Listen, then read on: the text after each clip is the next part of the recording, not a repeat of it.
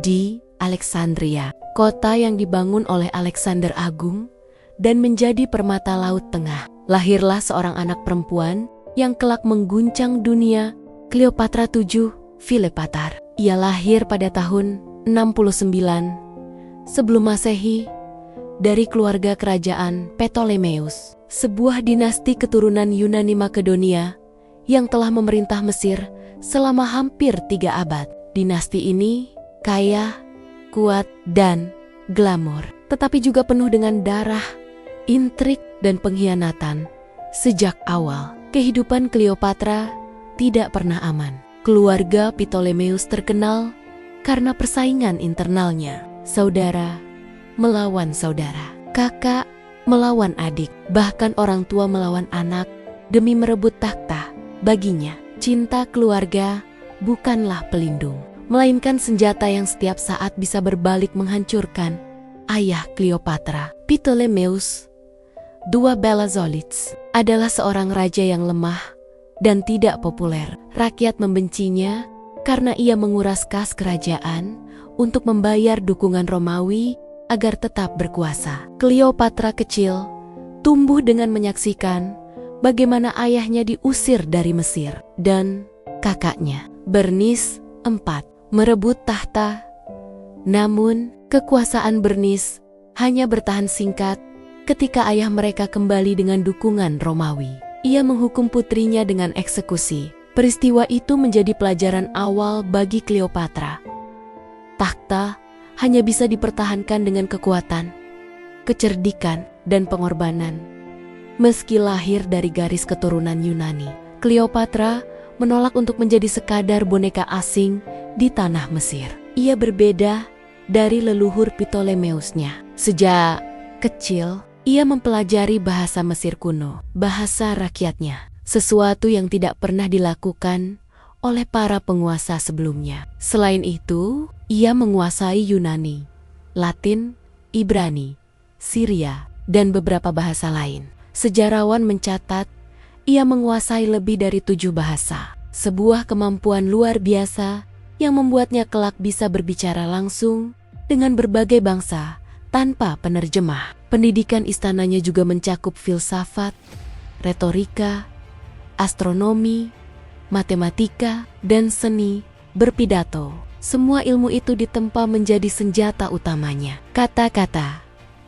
Ketika Ptolemeus XII wafat pada tahun 51 sebelum Masehi, takhta Mesir diwariskan kepada Cleopatra yang baru berusia 18 tahun bersama adiknya Ptolemeus XIII yang berusia 10 tahun. Seperti tradisi Ptolemeus, keduanya dipaksa menikah demi memperkuat legitimasi, meski pernikahan itu hanyalah formalitas. Sejak awal, ketegangan terlihat jelas. Cleopatra memiliki kecerdasan, ambisi, dan keinginan memimpin. Adiknya, meski masih bocah, memiliki penasihat yang haus kuasa dan siap menyingkirkannya.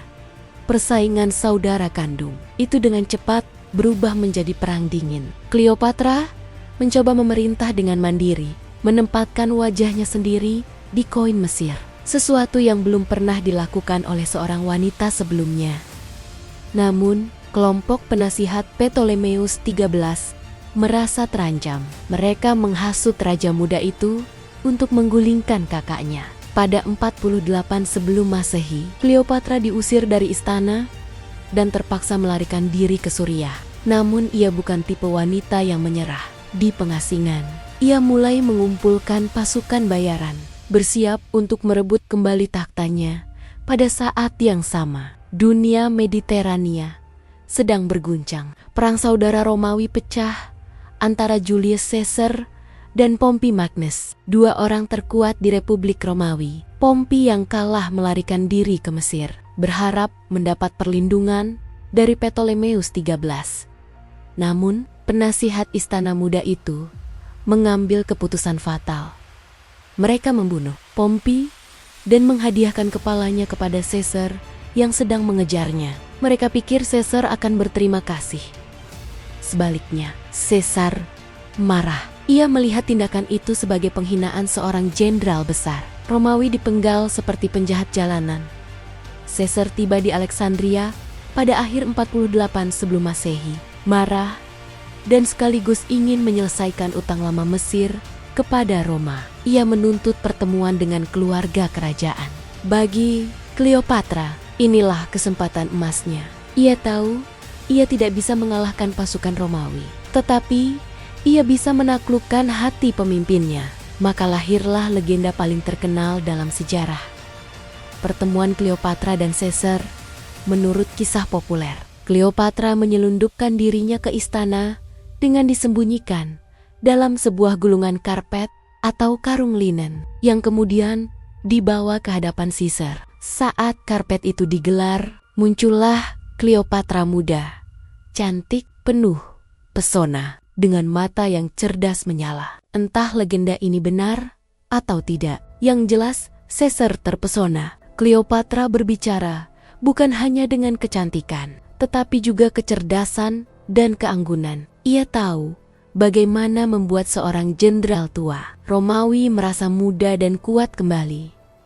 Caesar pun memutuskan berpihak pada Cleopatra. Keputusan itu memicu perang saudara di Alexandria. Pasukan Ptolemeus XIII bertempur melawan pasukan Caesar dan Cleopatra. Pertempuran klimaks terjadi di tepi Sungai Nil. Di sana, Ptolemeus XIII dikalahkan dan akhirnya tenggelam saat melarikan diri. Cleopatra kembali naik tahta, kali ini dengan dukungan Roma. Cleopatra menjadi penguasa Mesir, tetapi juga menjadi kekasih Caesar. Dari hubungan itu, lahirlah seorang putra yang diakui Cleopatra sebagai pewarisnya. Mesir kembali stabil. Namun, bayangan Roma selalu mengintai. Caesar akhirnya membawa Cleopatra ke Roma pada 46 sebelum Masehi. Sebuah langkah yang mengejutkan orang Romawi. Di sana, Cleopatra tinggal di villa mewah di tepi Sungai Tiber. Banyak senator menganggapnya ancaman, seorang ratu asing yang memikat pemimpin mereka. Ketakutan itu terbukti ketika pada 44 sebelum Masehi, Julius Caesar dibunuh oleh para senator Romawi yang khawatir akan ambisinya. Cleopatra patah hati dan khawatir akan keselamatannya, segera kembali ke Mesir bersama putranya. Kematian Caesar meninggalkan kekosongan kekuasaan di Roma. Republik terbelah menjadi 3 penguasa: Marcus Antonius, Mark Antony, Octavianus kelak Agustus, dan Lepidus. Mark Antony menguasai wilayah timur, termasuk Yunani dan Asia Kecil. Dan disitulah takdir Cleopatra kembali bersinggungan dengan Roma. Antony membutuhkan dukungan dan kekayaan Mesir untuk membiayai kampanyenya. Ia memanggil Cleopatra untuk bertemu di kota Tarsus pada tahun 41 sebelum Masehi. Cleopatra mengerti betul permainan politik, tidak datang sebagai pengemis. Ia merancang sebuah pertunjukan dramatis yang kelak abadi dalam sejarah. Ia berlayar dengan kapal berhias emas dan perak, layar ungu berkibar, dayung berlapis perak, dan pelayan berpakaian seperti dewa-dewi Yunani. Cleopatra sendiri tampil bak Dewi Aphrodite, berbaring di singgasana emas. Dikelilingi asap harum dupa, kota Tarsus terpesona, dan Antony pun jatuh dalam perangkap pesonanya. Pertemuan itu bukan sekadar cinta, tetapi juga aliansi politik. Cleopatra menawarkan kekayaan Mesir, sementara Antony menawarkan perlindungan militer. Hubungan mereka berkembang menjadi asmara yang penuh gairah. Antony pindah ke Alexandria, meninggalkan istri Romawinya, dan hidup bersama Cleopatra. Mereka memiliki 3 anak: Alexander Helios, Cleopatra Silini, dan Ptolemeus Philadelphus. Pasangan ini tampil sebagai simbol kekuasaan timur yang mewah. Mereka mengadakan pesta luar biasa, menghidupkan kembali kemegahan Firaun, dan bahkan membentuk organisasi eksklusif bernama Perkumpulan Pemabuk, di mana mereka minum anggur sepanjang malam dan bercanda tentang dewa-dewa. Namun, di balik pesta, Cleopatra terus memainkan politik. Ia ingin memastikan dinasti Ptolemeus tetap bertahan, dan Antony adalah kunci untuk melawan Octavianus di Roma. Hubungan mereka memicu kemarahan Romawi. Octavianus menuduh Antony telah dikendalikan oleh Ratu Jalang Timur dan mengkhianati negaranya. Propaganda Romawi menggambarkan Cleopatra sebagai penyihir yang memperbudak Antony dengan kecantikannya. Perselisihan pribadi berubah menjadi konflik global. Roma melawan Mesir.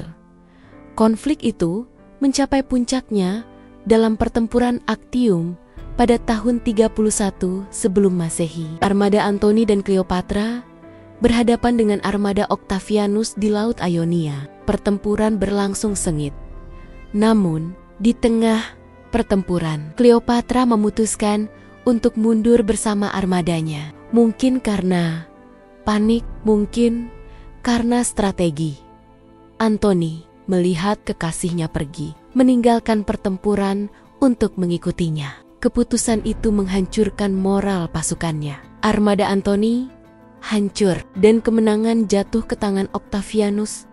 Kekalahan di Actium adalah awal dari akhir. Antony dan Cleopatra melarikan diri kembali ke Mesir. Mereka tahu Octavianus akan segera datang. Dalam keputusasaan, Cleopatra merencanakan strategi terakhir. Mungkin dengan memikat Octavianus seperti dulu ia memikat Caesar dan Antony. Namun, Octavianus berbeda dingin, ambisius, dan kebal terhadap pesona Cleopatra. Ketika pasukan Octavianus memasuki Alexandria, Cleopatra menyebarkan rumor bahwa ia telah bunuh diri. Antony yang mendengar kabar itu hancur. Dalam putus asa, ia menusuk dirinya dengan pedang.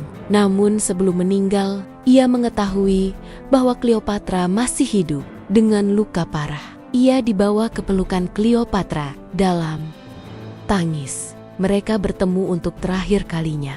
Antony menghembuskan napas di pelukan sang ratu, berpesan agar Cleopatra berdamai dengan Octavianus.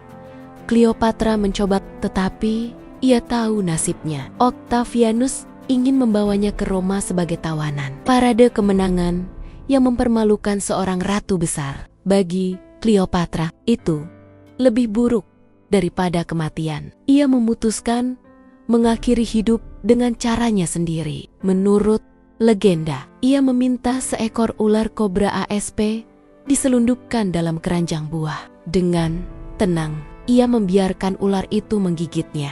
Dalam beberapa saat, racun menyebar dan Cleopatra meninggal di usia 39 tahun. Kematian Cleopatra mengakhiri dinasti putranya, Caesarion, dibunuh oleh Octavianus. Mesir jatuh ke tangan Roma dan menjadi provinsi kekaisaran. Namun, nama Cleopatra tidak pernah mati. Ia dikenang bukan hanya karena kecantikannya, tetapi karena kecerdasan, keberanian, dan tekadnya mempertahankan Mesir di tengah cengkeraman kekuatan Romawi. Ia adalah simbol seorang wanita yang melawan dunia pria, seorang ratu yang berani mencintai sekaligus berpolitik, seorang legenda yang hidup selamanya. Lebih dari 2000 tahun setelah kematiannya, Cleopatra tetap menjadi figur yang memikat bagi sebagian orang. Ia adalah ratu penuh daya pikat yang menaklukkan dua pria terkuat di dunia. Bagi yang lain, ia adalah pemimpin cerdas yang berusaha mempertahankan kedaulatan bangsanya di tengah tekanan imperium terbesar dalam sejarah. Sejarawan modern melihatnya sebagai wanita kompleks cantik, ya, tetapi juga sangat terdidik, ambisius, dan tak kenal menyerah. Alexandria, kota tempat ia lahir dan mati, kini hanyalah reruntuhan. Tetapi legenda Cleopatra tetap hidup. Kisahnya membuktikan bahwa dalam sejarah, kekuasaan bukan hanya milik pedang dan pasukan, tetapi juga milik akal, kata-kata, dan pesona.